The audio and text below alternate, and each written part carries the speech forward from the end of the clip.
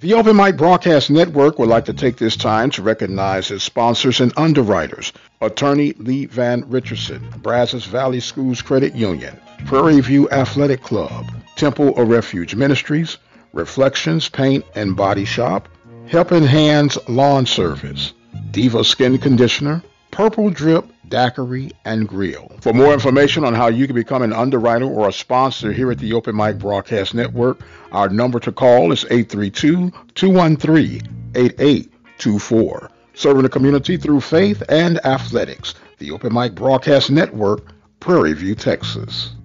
It's the radio guy, Mike Prince. Welcome to the Football Friday edition of the Mike Prince Show. You know it is our mission to try to bring you some news that you could use. Today would be no exception to the rule. You can follow me on Twitter at The Mike Prince Show. The YouTube channel is Open Mic Broadcast Network. Our 24-hour dial-in message line, 713-570-6736. And, of course, the website is obnradio.com. And without any further delay, we're going to jump right into today's episode. A light football schedule this week, but there will be some football played. We'll get to that in just a moment. It's championship weekend in the world of volleyball, and they will be serving it up from Birmingham, Alabama. Your matchups to open up round one will feature Jackson State taking on Mississippi Valley. Prairie View will be taking on Texas Southern. Arkansas Pine Bluff will be taking on Alcorn, and Grambling will be facing off with Southern University. Try to keep you up to date as the serves come in. Follow us on our Twitter handle at The Mike Prince Show.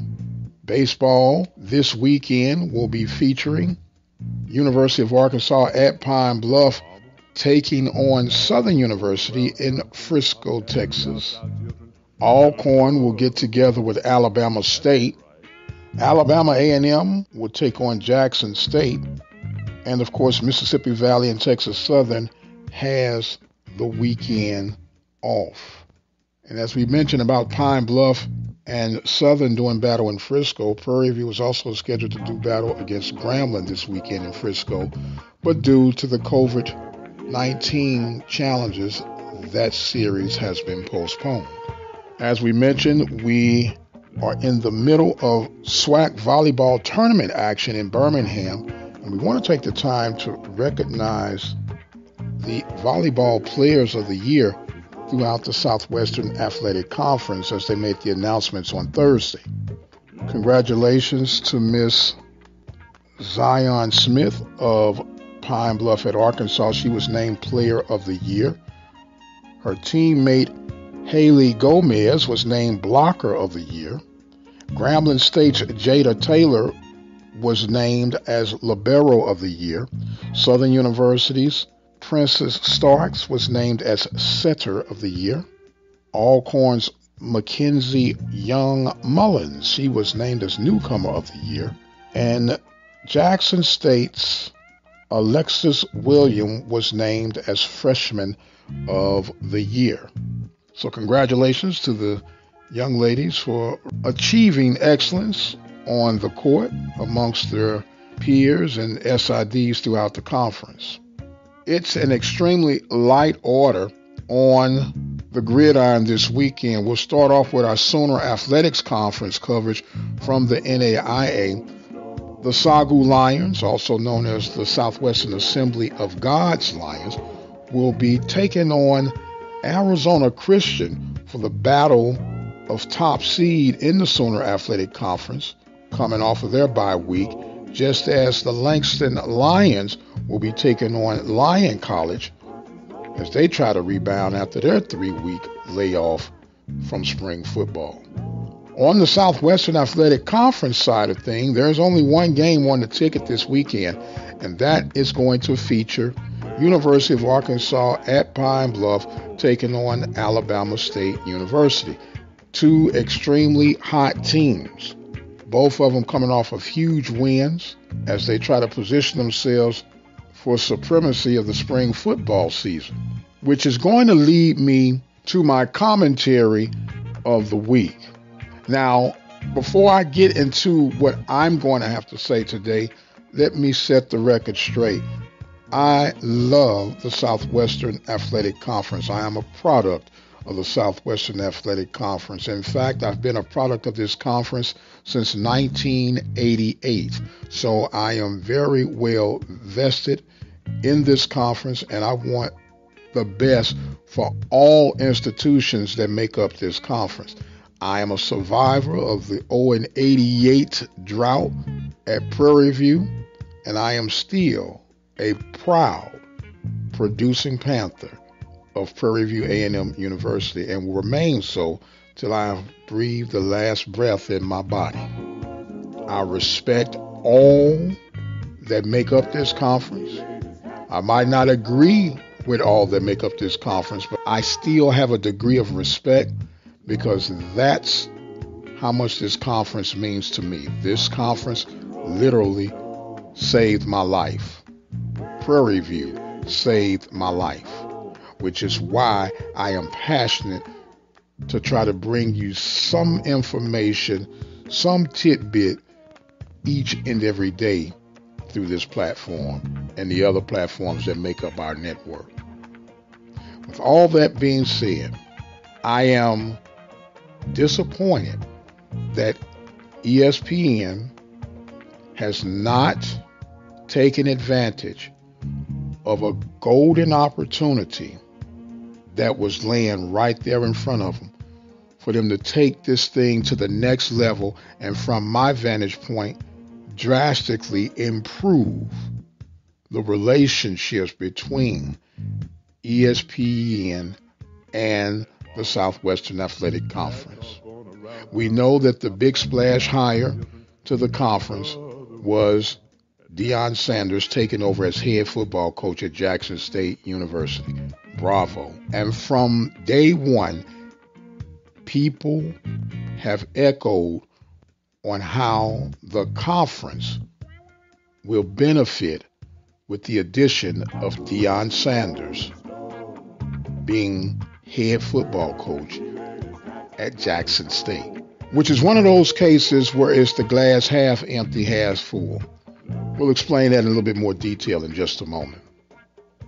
First and foremost, the Southwestern Athletic Conference, as a reminder to some, is a conference that has been well established for over 100 years now.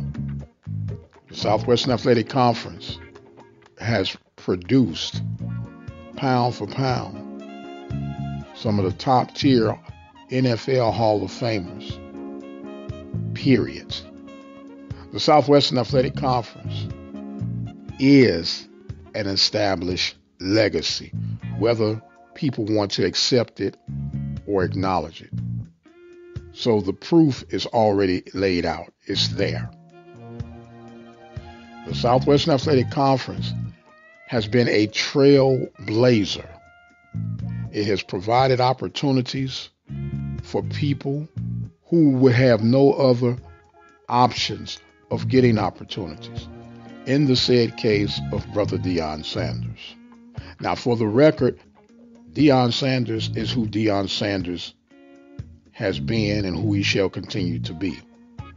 That is no knock on the man. That's just stating the facts. He is who he is. He has always been Deion Sanders. He has not changed that. And with that being said, to think that Deion Sanders alone is going to bring a new light to the Southwestern Athletic Conference is sadly misguiding.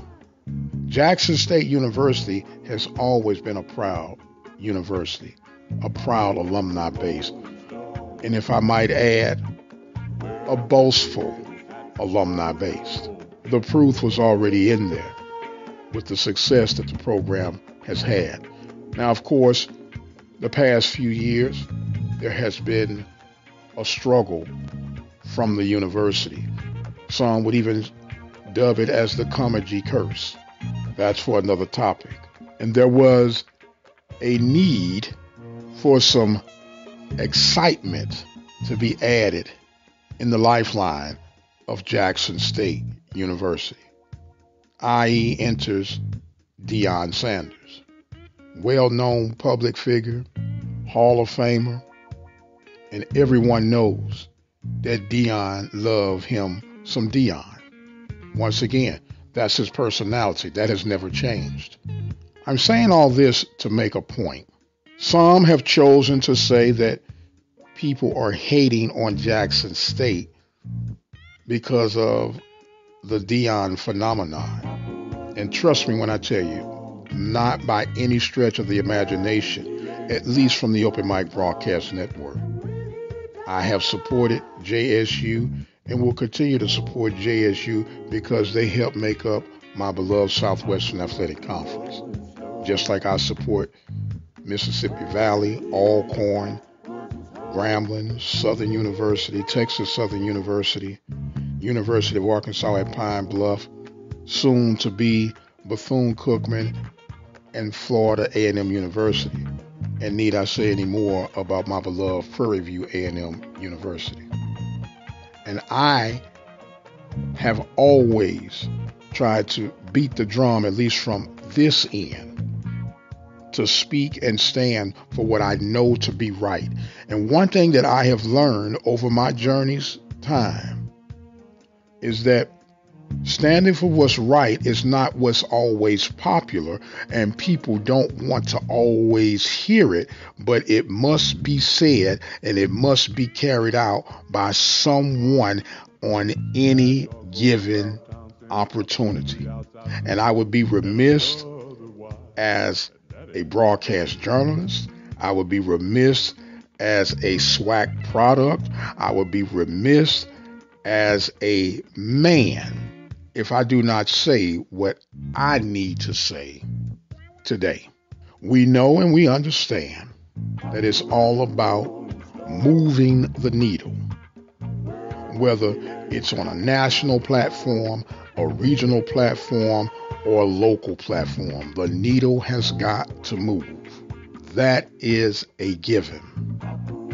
And we keep echoing on how playing spring football would bring an added light to the Southwestern Athletic Conference. It was a great thing, a brilliant marketing move, and let's take advantage of that opportunity. When this upcoming weekend, we have absolutely the perfect storm to echo that very thing. And not only do we drop the ball, but we fumble the ball as we try to enter the end zone. Alabama State just come off a huge win over Jackson State. University of Arkansas at Pine Bluff has just come off of something they had not established since 2012, the year that they won the SWAC championship. And I might add, the last time it was someone in the mix other than Southern and Grambling from the Western Division of the Southwestern Athletic Conference. And we've allowed ESPN to come in and continue to take advantage of us as a conference by not taking this game and bumping it to the ESPNU or the ESPN2 platform to maximize exposure for this very important and intriguing game.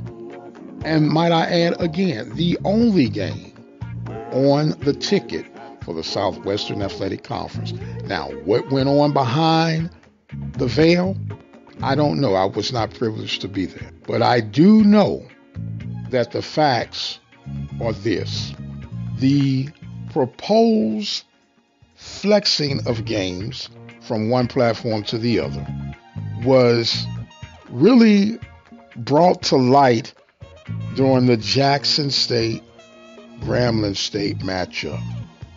There were so many buffering issues and concerns that the following week ESPN announces that they would bring up the Jackson State Mississippi Valley game to the ESPN or 2 platform. I forget which one it was.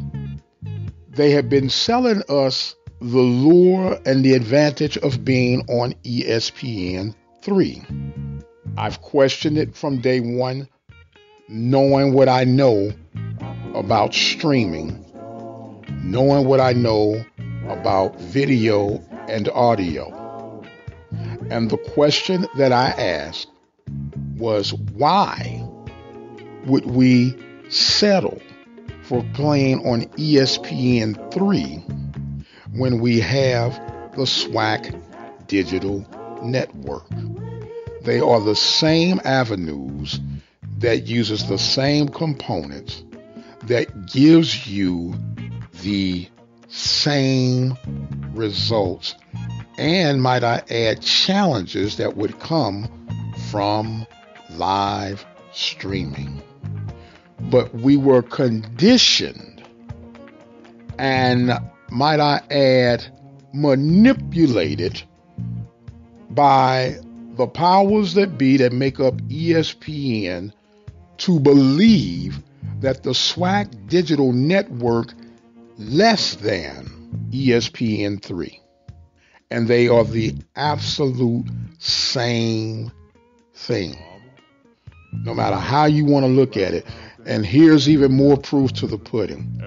ESPN had a mandate for not only the SWAC, but any conference that deals with ESPN 3 or the ESPN Plus platforms.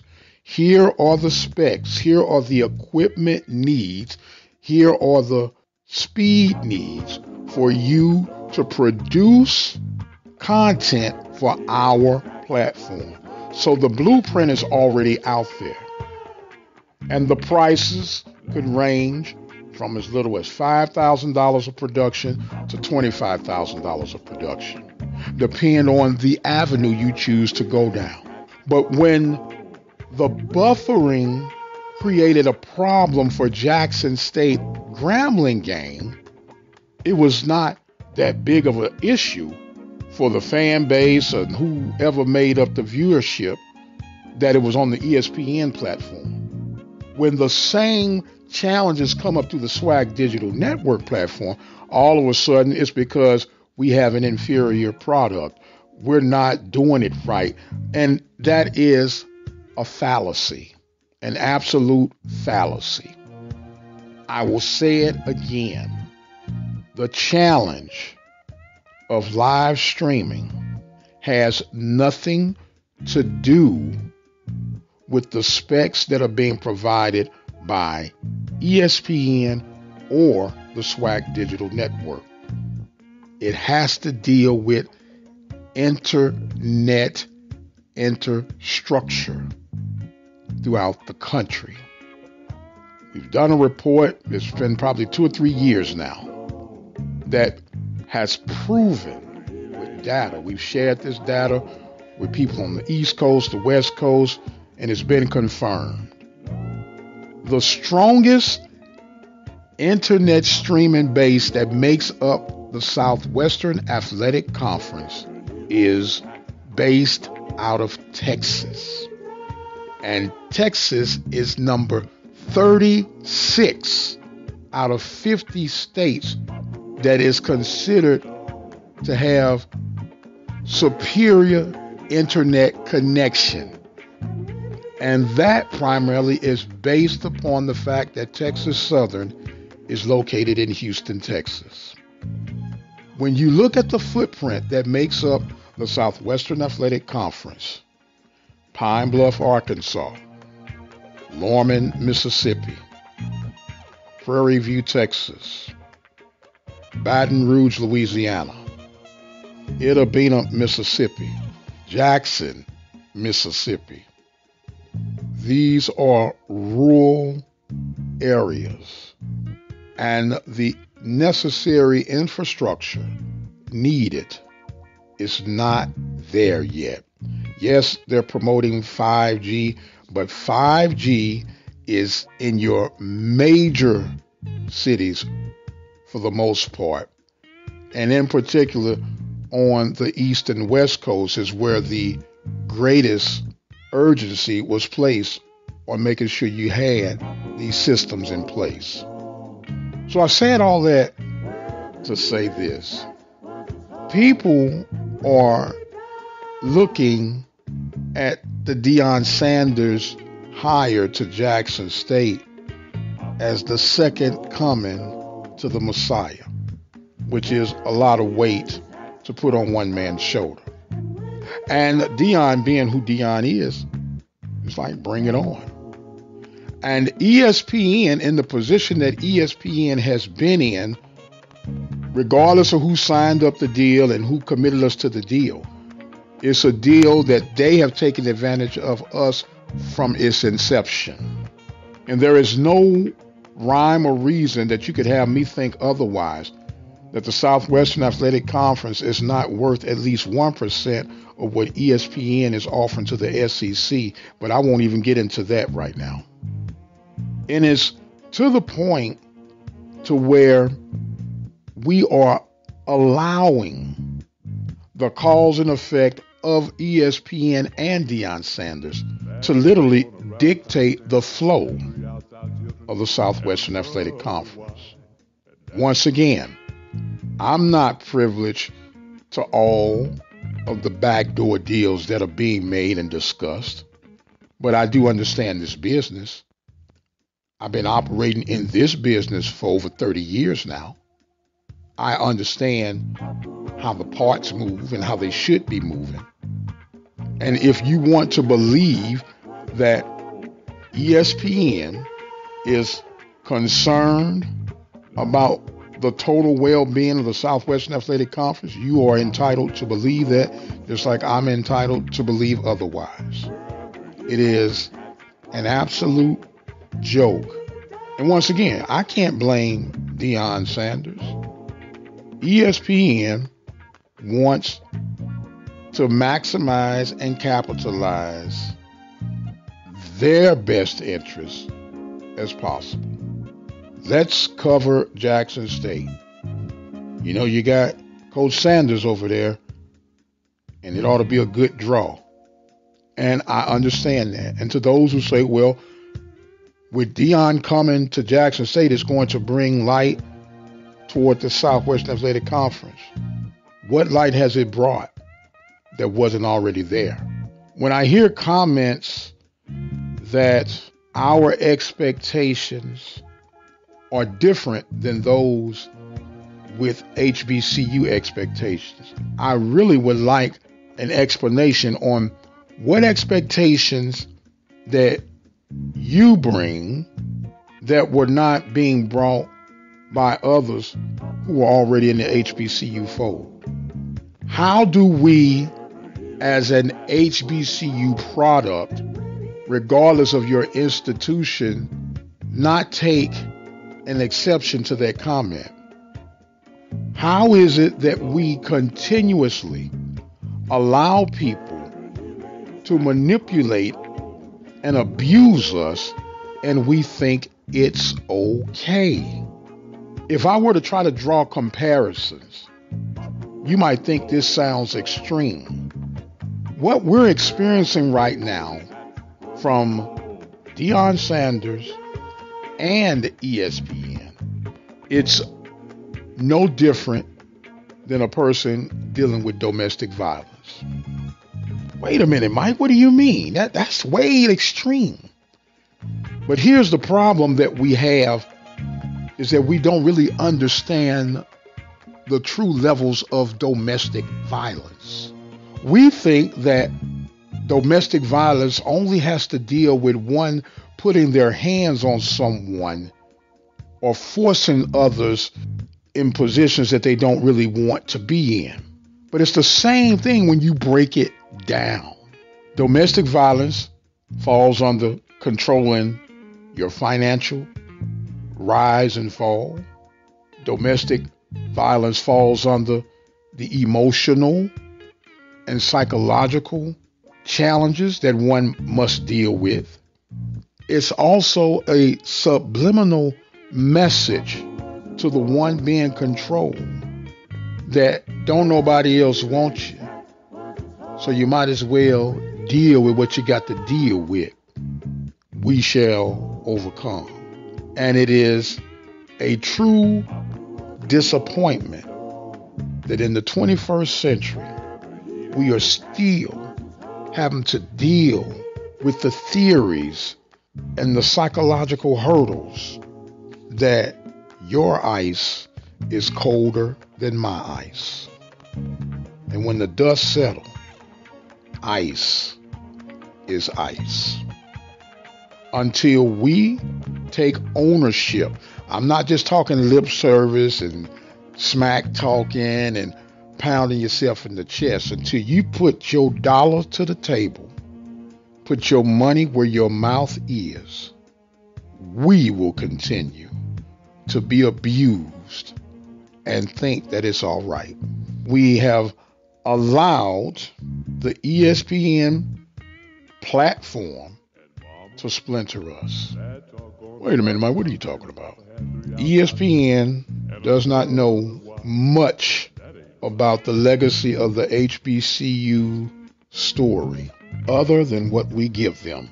I have seen and witnessed, not heard or read about, how executives from ESPN will come in and create dissension, deceit, and demise amongst HBCU sports writers, commentators, bloggers, podcasters, however you're identified, because you trying to get an inside track for ESPN nickel when ESPN don't care nothing about our total well-being. When an ESPN executive tells you he don't care who comes to the game or not, all they want is eyeballs on their coverage.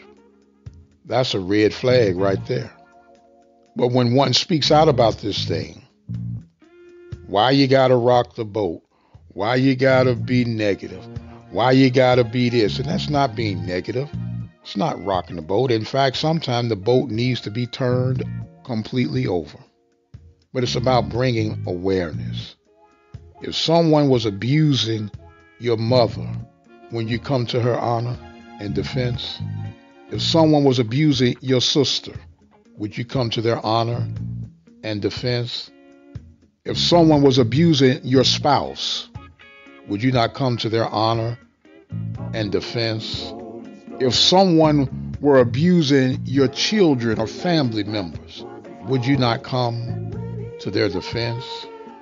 Here's a sad reality. We have 3 brands involved, and 2 of them are on the same page. That's the ESPN brand and the Deion Sanders brand. The brand that is being left behind is that of the Southwestern Athletic Conference / HBCU brand. The other 2 brands are going to get what they can get out of it while they can get it out of it, and they'll move on to the next chapter in their lives. But those who remain will have to be the ones to pick up the pieces long after the fact that the others have gone down the road. Once again, it's referring back to the domestic violence. If you know of anyone and have experienced of anyone who has had to deal with domestic violence, they ask you, why are you still there? Why won't you leave? And most of the response is, where else am I going to go? Who else is going to want me with the baggage that I have? But there's an old saying, you never know how much a mule could pull until you hook him up. Translation, you won't know until you try. There is no way that this Alabama State Pine Bluff game, if you're truly vested in the well-being of the Southwestern Athletic Conference HBCU sports, should not be upgraded to an ESPNU or ESPN2 minimal platform for this coming weekend. There's absolutely no excuse for it. It's the only game. The only game. Let me add this side note. I knew it was coming. I don't have to, try to prove anything to anyone else, but those that know me and correspond with me in this business, I told them that, yeah, you're going to see the Jackson Southern game be upgraded to one of the platforms, and they just made that announcement this week. It's a beautiful matchup to see Southern and Jackson go at it, but B, it's connected directly to Deion Sanders. Notice I said Deion Sanders, not Jackson State, Deion Sanders. And if Deion Sanders was at Jackson State, Mississippi Valley, Prairie View, Texas Southern, wherever Deion Sanders was going to be, it was going to draw other interests. But let's not get it twisted. It's going to be about Deion Sanders. And I have not one inkling of an alt with or against the brother. I say bravo. But let's just look at the facts for what the facts are. It has always been about Deion Sanders. It has always been about ESPN.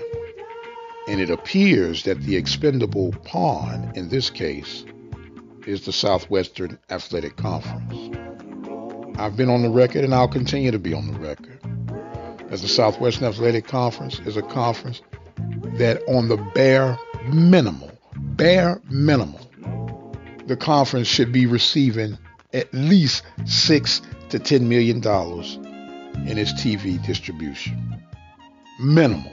And I know that the administrative team on the Southwestern Athletic Conference has to work through some things and build through some things of what they've inherited. But it doesn't change the fact that change is a must. Change is a need. And change has got to come. With all that being said, I am going to exit stage left. I am the radio guy, Dr. Mike Prince. Thank you guys so much for joining in with us. You can leave your feedback, questions, comments, or concern on the 24-hour message hotline, 713-570-6736. I've got to go. My time is way far spent. But until the next time, you guys be blessed, and we'll see you on the other side.